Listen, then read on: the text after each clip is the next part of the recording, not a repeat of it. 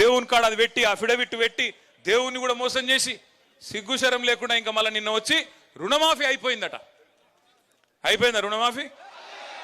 పోయా నిన్న అడిగినాం అసెంబ్లీలో, నేను ఒక్కరిని అడగలే. పోయినసారి నేను అడిగిన, నిన్న పాపం పల్లరాజేశ్వర రెడ్డి అడిగిండు, ఇదివరకు జగదీష్ అన్న అడిగిండు, మొన్న కౌశిక్ అడిగిండు. ఒక్కరు కాదు అందరం అడుగుతున్నాం.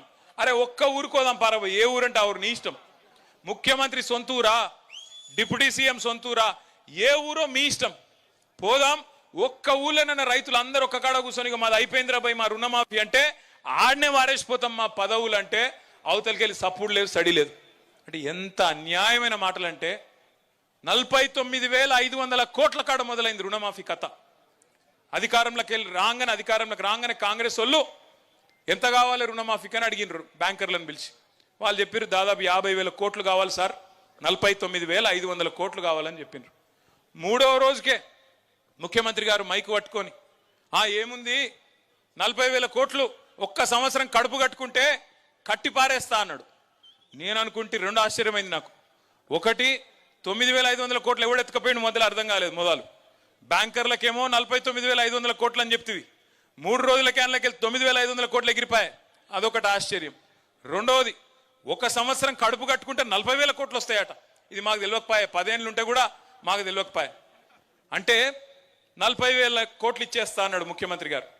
తెల్లారో మర్నాడో క్యాబినెట్లో పోయినారు. క్యాబినెట్లో పోయి మళ్ళీ క్యాబినెట్ ఏం ఆమోదిస్తుంది? 31,000 కోట్లు ఇస్తున్నాం రుణమాఫీకి అంటారు. మళ్ళీ 9,000 కోట్లు ఎగిరిపోయింది హుష్ కాకి.